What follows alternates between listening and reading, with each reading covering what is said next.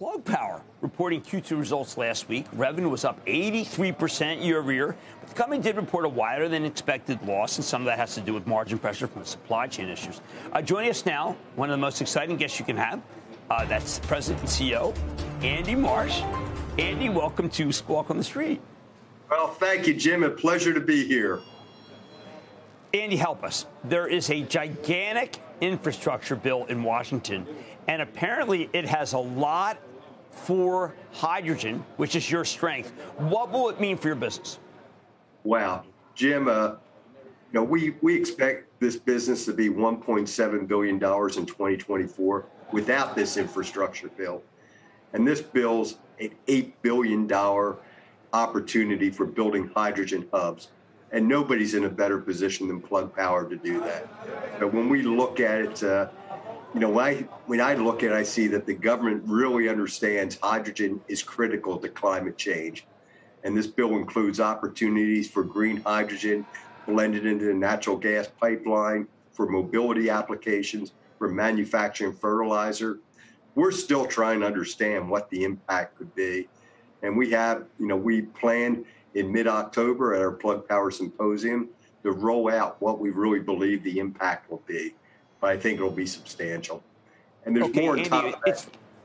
But it's not clear. Are you getting the tax credits that you need? Because you've got to be competitive with your green, which, by the way, has no pollution, with your green hydrogen. Will the government make it so that you will be able to compete more successful in green hydrogen or gray hydrogen? Yeah. So, Jim, with blue hydrogen, that's what I'm worried about. Sure.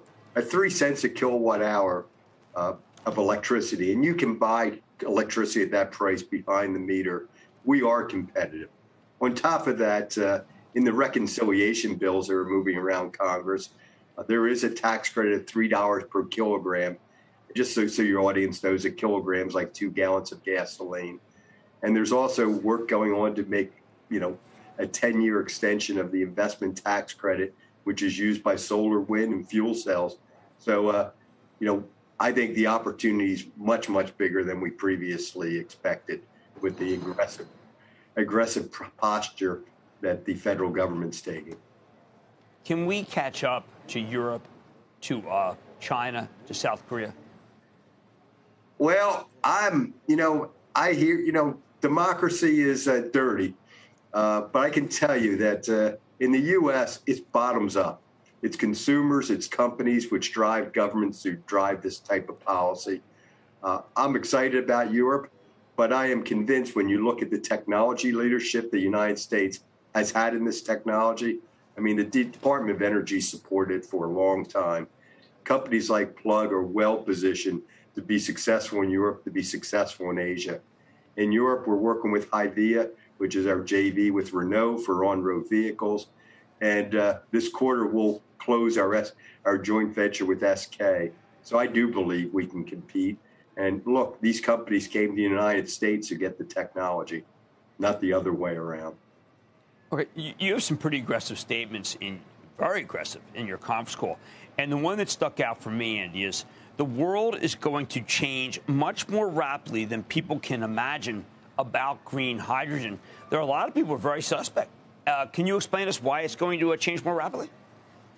Well, Jim, when I look at it, at 3 cents a kilowatt hour, it costs about $1.50 to make a kilogram of hydrogen.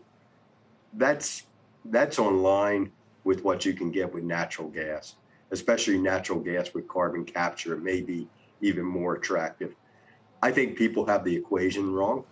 And I think we're well positioned with building out our 500 tons of green hydrogen here in the States by 2025. We'll have 70 tons by July of next year. We just broke ground on a plant in Georgia just last week.